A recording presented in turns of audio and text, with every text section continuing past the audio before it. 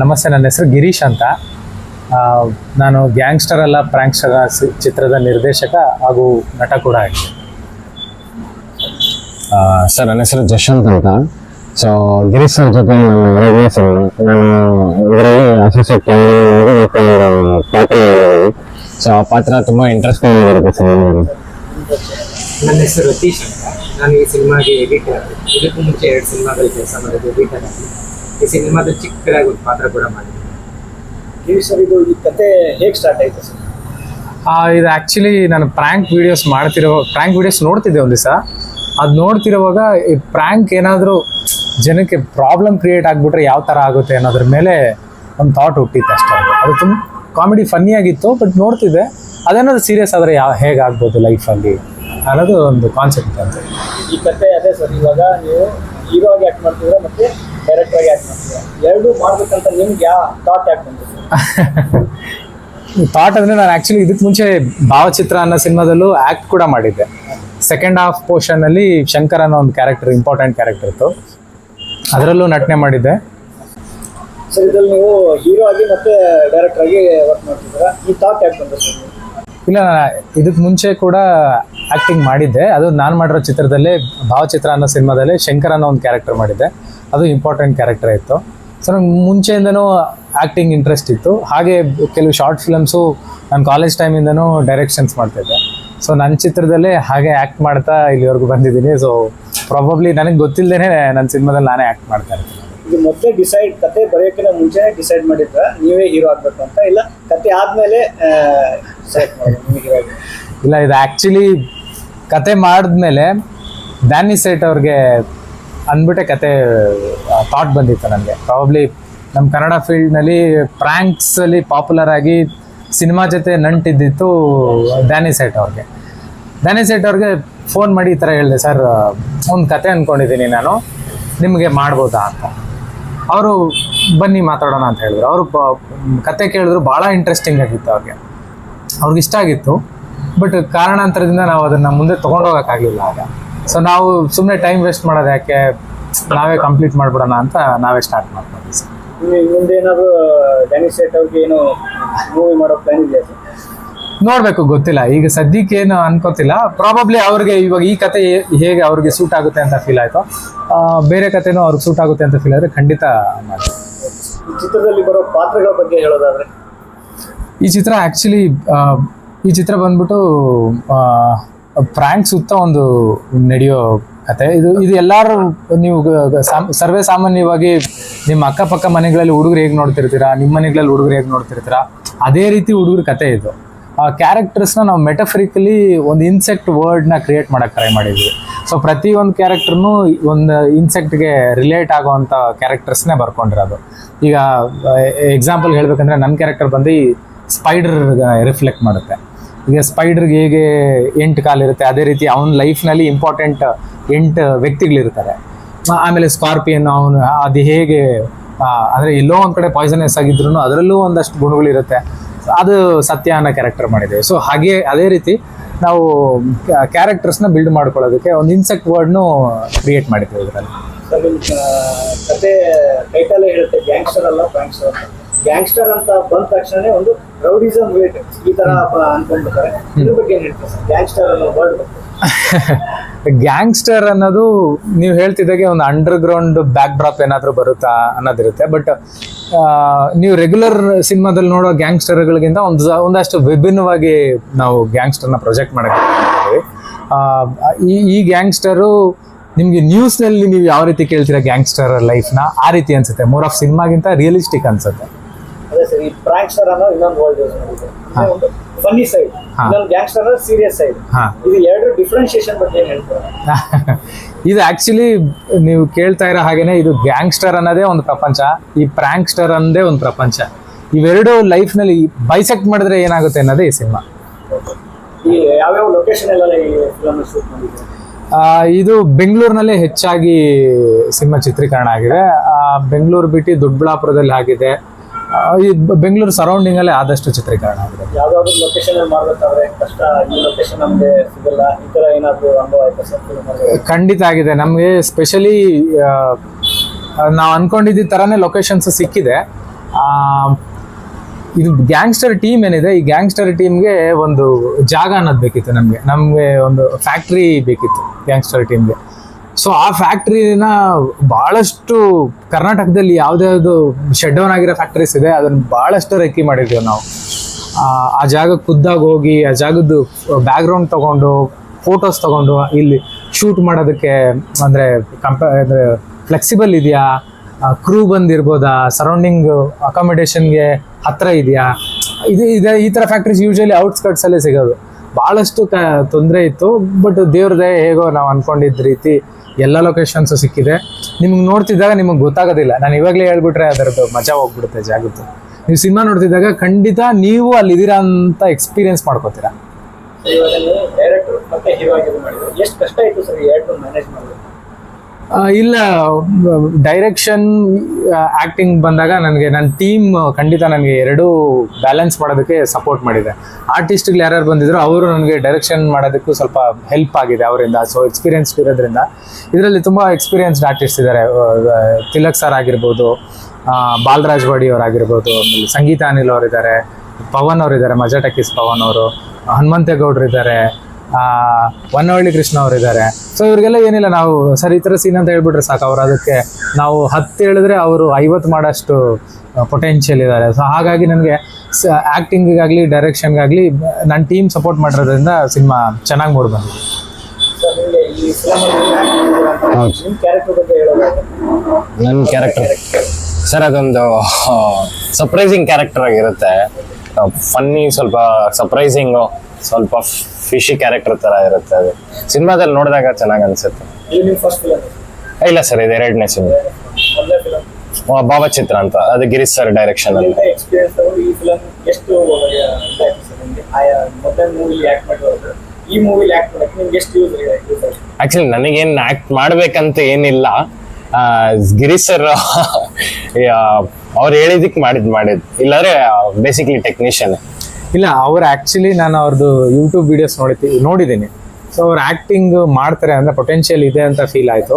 So ನಮಗೆ ಅವ್ರು ಹೇಳ್ತಿದ್ರಲ್ಲ, ಭಾಳಷ್ಟು ಸರ್ಪ್ರೈಸ್ ಇದೆ ಅವ್ರ ಕ್ಯಾರೆಕ್ಟ್ರು. ಅವ್ರು ಬಂದಾಗೆಲ್ಲ ನೀವು ಸರ್ಪ್ರೈಸ್ ಆಗ್ತೀರಾ, ಈ ಕ್ಯಾರೆಕ್ಟರ್ನೆಲ್ಲ ನೋಡಿದ್ದೆ, ಅದು ಕನೆಕ್ಟ್ ಆಗ್ತಾ ಹೋಗುತ್ತೆ ಸಿನಿಮಾದಲ್ಲಿ. ಅದೇನೇನು ಮಾಡುತ್ತೆ ಅನ್ನೋದು ಇಂಟ್ರೆಸ್ಟಿಂಗ್ ಆಗಿರುತ್ತೆ. ನನಗೆ ಈ ಹುಡುಗನ ನೋಡಿರೋದ್ರಿಂದ ಈ ಕ್ಯಾನ್ ಪುಲ್ ಔಟ್ ಅನಿಸ್ತು, ಅದಕ್ಕೆ ನಾವು ಕಾಸ್ಟ್ ಮಾಡ್ತೀವಿ. ಈ ಪೋಸ್ಟರ್ ನೋಡಿದಾಗ ತಿಲಕ್ ಸರ್ ಇದ್ದಾರೆ. ತಿಲಕ್ ಸರ್ ನಾವು ಈ ಫಿಲಮ್ ಅಲ್ಲಿ ವಿಲನ್ ಆಗಿ ನೋಡ್ಬೋದಾ ಇಲ್ಲ ಸೆಕೆಂಡ್ ಹೀರೋ ಆಗಿ ನೋಡ್ಬೋದಾ? ಸಿ, ನಿಮ್ಮ ಕ್ವಶನ್ ಭಾಳ ಚೆನ್ನಾಗಿದೆ. ಆ್ಯಕ್ಚುಲಿ ಈ ಪ್ರಪಂಚದಲ್ಲಿ ಏನಿರುತ್ತೆ ಅದನ್ನೇ ನಾವು ರಿಫ್ಲೆಕ್ಟ್ ಮಾಡೋದಕ್ಕೆ ಟ್ರೈ ಮಾಡಿದ್ದೀವಿ. ಎಲ್ಲೂ ಹೀರೋ ವಿಲನ್ ಅನ್ನೋದು ಇರೋದಿಲ್ಲ. ಆ್ಯಕ್ಚುಲಿ ಇವಾಗ ಒಬ್ಬ ವ್ಯಕ್ತಿ ನಿಮ್ಮ ಲೈಫ್ನಲ್ಲಿ ವಿಲನ್ ಇರೋನು ಇನ್ನೊಬ್ಬರ ಲೈಫ್ನಲ್ಲಿ ಹೀರೋ ಇರ್ತಾನೆ, ಅವ್ರ ಲೈಫ್ನಲ್ಲಿ ಹೀರೋ ಇರೋನು ಇನ್ನೊಬ್ಬರ ಲೈಫ್ನಲ್ಲಿ ವಿಲನ್ ಇರ್ತಾನೆ. ಸೊ ಈ ಕ್ಯಾರೆಕ್ಟರ್ಸು ಅಷ್ಟೇ, ಈ ಸಿನಿಮಾದಲ್ಲಿ ಬರೋ ಕ್ಯಾರೆಕ್ಟರ್ಸು ಆ ಸಿಚುವೇಶನ್ಗೆ ತಕ್ಕಾಗಿ ಬಿಹೇವ್ ಮಾಡ್ತಿರ್ತಾರೆ. ಸೊ ಹಾಗಾಗಿ ತಿಲಕ್ ಅವ್ರ ಕ್ಯಾರೆಕ್ಟರ್ ನಿಮಗೆ ಹೀರೋನ ವಿಲನ್ನ ಏನು ಅಂತ ಎಕ್ಸ್ಪ್ಲೇನ್ ಮಾಡೋಕ್ಕಾಗಲ್ಲ. ನೀವು ಆ ಕ್ಯಾರೆಕ್ಟರ್ನ ಎಕ್ಸ್ಪೀರಿಯನ್ಸ್ ಮಾಡ್ತಾ ಹೋಗ್ತೀರಾ ಅಷ್ಟೇ. ಸರ್ ನೀವು ಯಾರಾದರೂ ಫಿಲಮ್ ಇಂಡಸ್ಟ್ರಿಯಲ್ಲಿ ಒಬ್ಬರಿಂದ ಇನ್ಸ್ಪೈರ್ ಆಗಿದ್ದೀರಾ ಅಂತಂದರೆ ಯಾರ ಹೆಸರು?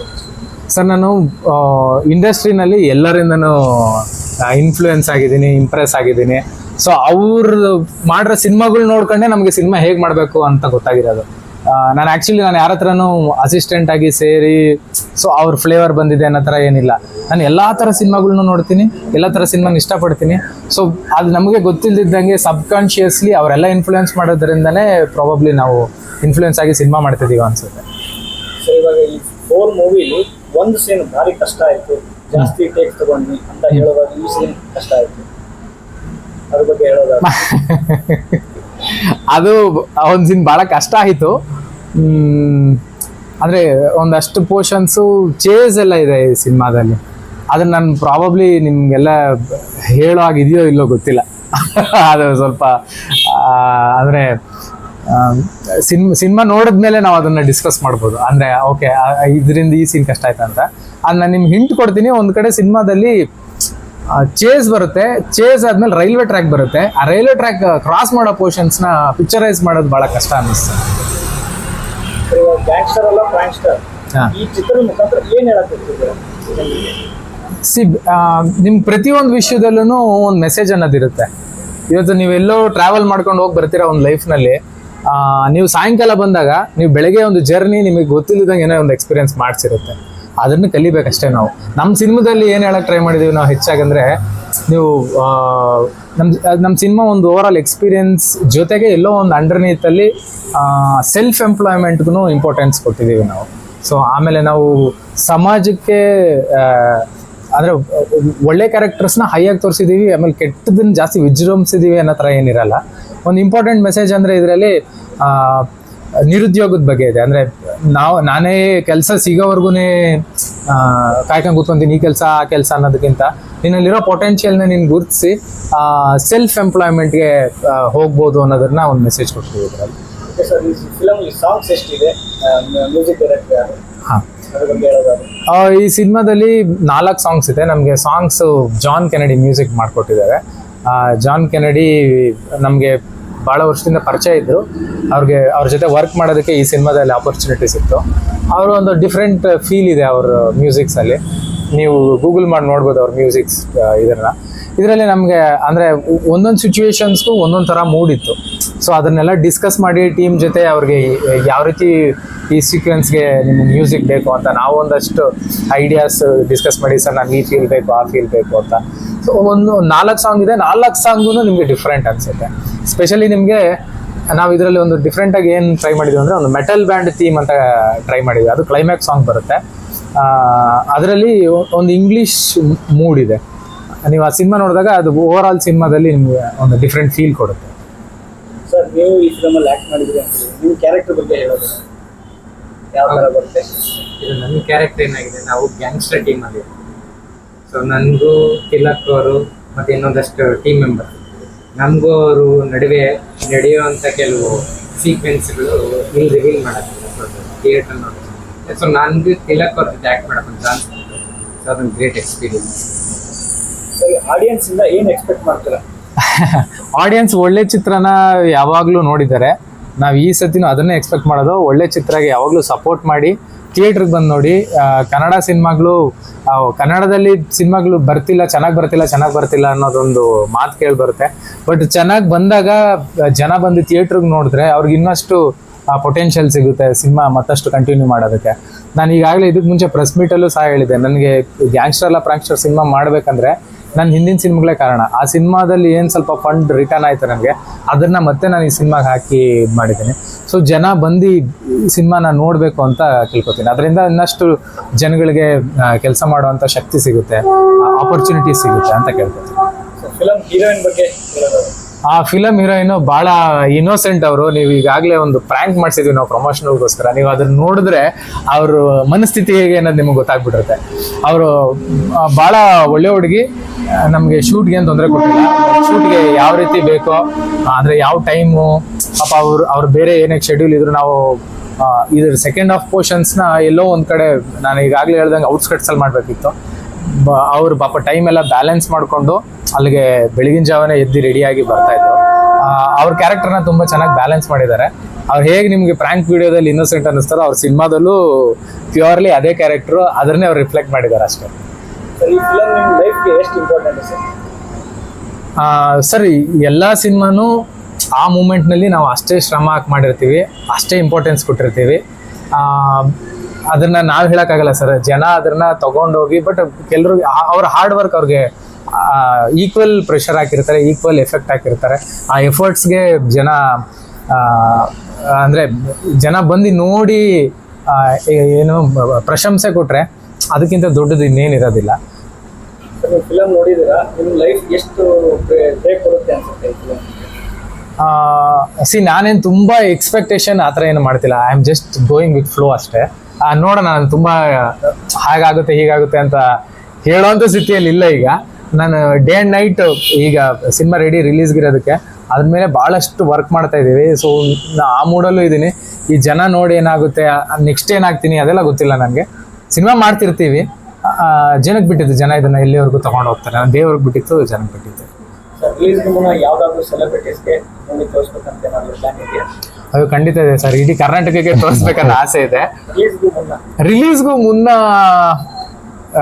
ಸೆಲೆಬ್ರಿಟಿಗೆ ಅದನ್ನ ನೋಡ್ಬೇಕು ಸರ್. ನಮಗೆ ಸೆಲೆಬ್ರಿಟಿಗಳು ಅಷ್ಟು ಬಂದು ಅವ್ರ ಟೈಮು ಇರಬೇಕಲ್ಲ. ನಮಗೇನೋ ಆಸೆ ಇರುತ್ತೆ, ಶಿವಣ್ಣನಿಗೂ ತೋರಿಸ್ಬೇಕಂತ ಇರುತ್ತೆ, ಆಮೇಲೆ ಎಲ್ಲರಿಗೂ ಇರುತ್ತೆ, ಸುದೀಪ್ ಸರ್ಗಾಗ್ಲಿ, ದರ್ಶನ್ ಸರ್ಗಾಗ್ಲಿ, ಯಶ್ ಅವ್ರಿಗಾಗ್ಲಿ ಎಲ್ಲರಿಗೂ ತೋರಿಸ್ಬೇಕನ್ನೋ ಆಸೆ ಇದ್ದೇ ಇರುತ್ತೆ. ಬಟ್ ಅವ್ರು ನಮ್ಮ ಸಿನಿಮಾ ಬಂದು ನೋಡ್ಬೇಕಲ್ಲ ಸರ್. ಓಕೆ ಸರ್, ಜನರಿಗೆ ಏನೇ ಹೇಳೋದು ಯಾವ ವಿಷಯದಲ್ಲಿ ಸರ್? ಈ ಫಿಲಮ್ ಬಗ್ಗೆ ಜನರಿಗೆ ನಮ್ಮ ಲಾಸ್ಟ್ ಮಾತು ಹೇಳೋದು ಏನು ಹೇಳ್ತೀವಿ? ಜನರಿಗೆ ಏನ್ ಹೇಳ್ಬೇಕಂದ್ರೆ, ಇದು ಗ್ಯಾಂಗ್ಸ್ಟರ್ ಅಲ್ಲ ಪ್ರಾಂಕ್ಸ್ಟರು, ಇದೊಂದು ಡಿಫ್ರೆಂಟ್ ಫ್ಲೇವರ್ ಇರೋಂಥ ಸಿನಿಮಾ. ಅಂದ್ರೆ ಇದರಲ್ಲಿ ನಿಮಗೆ ಆಕ್ಷನ್, ಕಾಮಿಡಿ, ಥ್ರಿಲ್ಲರ್ ಇದೆಲ್ಲ ಒಂದು ಮಿಕ್ಸ್ಡ್ ಆಗಿ ಎಲ್ಲರ ಲೈಫ್ನಲ್ಲೂ ಹೇಗೆ ಎಲ್ಲ ಎಮೋಷನ್ಸ್ ಇರುತ್ತೋ ಅದೇ ರೀತಿ ಎಮೋಷನ್ಸ್ ಕೂಡಿರುವಂಥ ಸಿನಿಮಾ ಇದು. ಮೋರ್ ಆಫ್ ರಿಯಲಿಸ್ಟಿಕ್ ಸಿನಿಮಾಗೆ ಒಂದು ಲೈಟಾಗಿ ಕಮರ್ಷಿಯಲ್ ಟಚ್ ಕೊಟ್ಟರೆ ಹೇಗಿರುತ್ತೋ ಆ ಥರ ಟ್ರೈ ಮಾಡಿದ್ವಿ. ಸೊ ನೀವು ಖಂಡಿತ ಈ ಸಿನಿಮಾನ ಒಂದು ಡಿಫ್ರೆಂಟ್ ಫೀಲಲ್ಲಿ ಎಕ್ಸ್ಪೀರಿಯನ್ಸ್ ಮಾಡ್ಬೋದು ಅಂತ ಹೇಳಕ್ಕೆ ಇಷ್ಟಪಡ್ತೀನಿ.